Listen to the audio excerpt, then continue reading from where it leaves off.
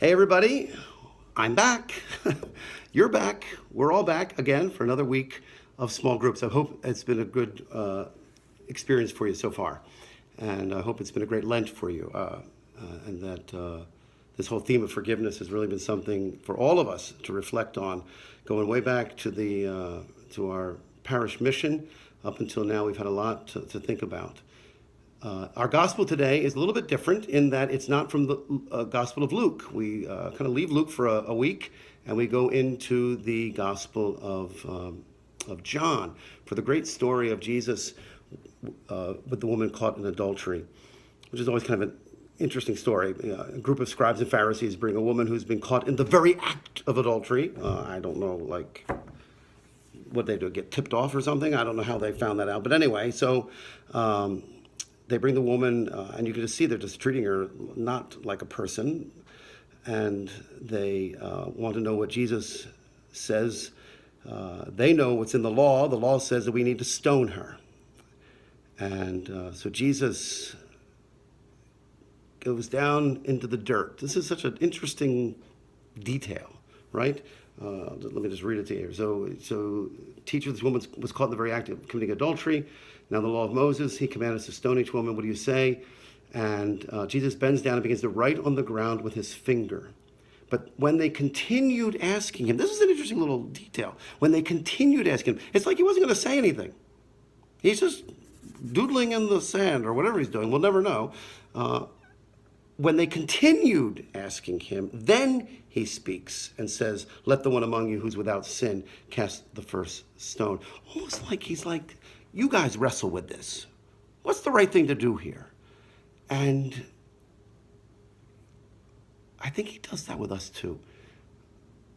Because when it comes to forgiveness, we all kind of know that is the right thing to do.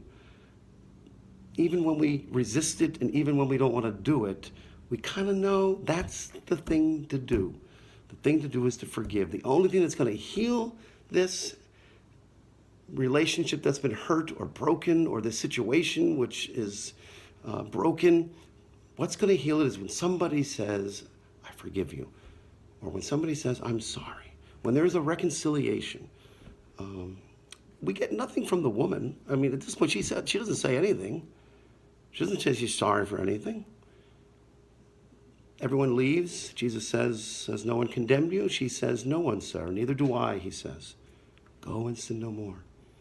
But you see, he knows the order, doesn't he? It's so beautiful. He knows that forgiveness must come first. Forgiveness comes first if there's going to be any kind of change in someone. Throwing stones isn't going to make anybody change. Throwing stones is only going to make people angry or bitter or dead. It's not going to help. Throwing stones at ourselves, beating ourselves up, throwing stones at others in judgment, this doesn't work. It doesn't work in individual relationships, and it doesn't work in the world. We know what works. We know what will work. We know what will bring peace. We know it. And Jesus gives us this time to think about it, to reflect on it. We know what is needed. Jesus shows us over and over again, and ultimately he will show it to us from the cross. I hope you have a great discussion.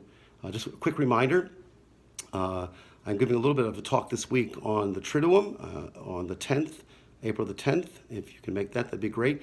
But even if you can't make that, please mark the Triduum down. Come, Holy Thursday, Good Friday, and Easter Sunday. Your Easter Sunday will be all the more enriched, I promise you, if you do all 3 days. Holy Thursday, Good Friday, and then, of course, Easter. And if you can come to the Easter Vigil, that's always that's the highlight of the year. I always call it the Great Easter Vigil. So hope to see you then. Let's pray for each other as we enter into Holy Week. God bless you. Have a great meeting.